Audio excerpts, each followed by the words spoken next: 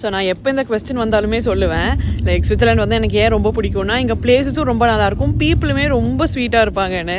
இது எக்ஸாக்டாக இப்போ ஒரு இன்சிடென்ட் நடந்தது. அது வந்து இங்கே நடந்துட்டு இருந்தோம், இந்த லேக் பக்கத்தில் நடந்துட்டு இருந்தோம். பார்த்தீங்கன்னா எல்லா வீட்லேயுமே ஆல்மோஸ்ட் அவ்வளோ ஆப்பிள் ட்ரீஸ் இருக்குது, செம்மையாக இருக்குது பார்க்கவே, சூப்பராக இருக்குது. ரெட்டா ஃபுல் ஆப்பிள்ஸாக இருக்குது, அப்படி செம்மையாக இருந்துச்சு. சரி இங்கே எப்படி இருக்கும்னு தெரியல ஆப்பிள், நம்ம கடைக்கு வரும்போது அது எப்படி வரும்னு தெரியாது, அந்த ட்ரீலேருந்து அப்படியே பொறிச்சு சாப்பிடும்போது சூப்பராக இருக்கும்ல. ஸோ அது அப்படியே பார்த்துட்டு இருந்தால் எந்த வீட்லேயுமே யாருமே இல்லை. சரி கதவெல்லாம் தட்டி போய் எப்படி கேட்குன்னு சொல்லிட்டு அப்படியே விட்டுட்டோம். நெக்ஸ்ட் வந்து நடந்து போயிட்டுருக்கோம், ஒருத்தவங்க வந்து பொறிச்சிட்டு இருந்தாங்க, ஒரு ஆண்டி வந்து அவங்களோடதெல்லாம் எடுத்துகிட்டு இருந்தாங்க. அப்போ நாங்கள் அங்கேயே நின்று அப்படியே பார்த்துருந்தோம். 2 பேரும் எப்பட்றா கேட்குறது அப்படின்னு சொல்லிட்டு இவன் வந்து கேட்கணுமா அப்படின்ட்டு இவ்வளோ நின்றுட்டு தான், நானும் நின்றுருந்தேன். அப்போ அவங்களாவே பார்த்து இவன் ஆப்பிள்ஸ் அப்படின்னு கேட்டு வந்து ஒரு ஆப்பிள் தான் அவங்க வந்து பொறிச்சு கீழே போட்டிருந்தாங்க.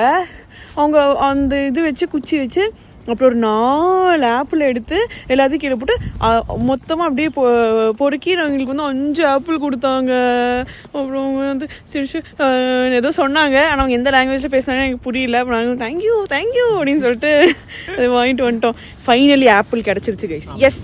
ஸோ இது வந்து நான் ரூமுக்கு போய் கழுவி சாப்பிட்டுட்டு ஸ்விட்சர்லாண்ட் ஆப்பிள் எப்படி இருக்குன்னு தனியாக ஒரு ஸ்டோரி போடுறேன்.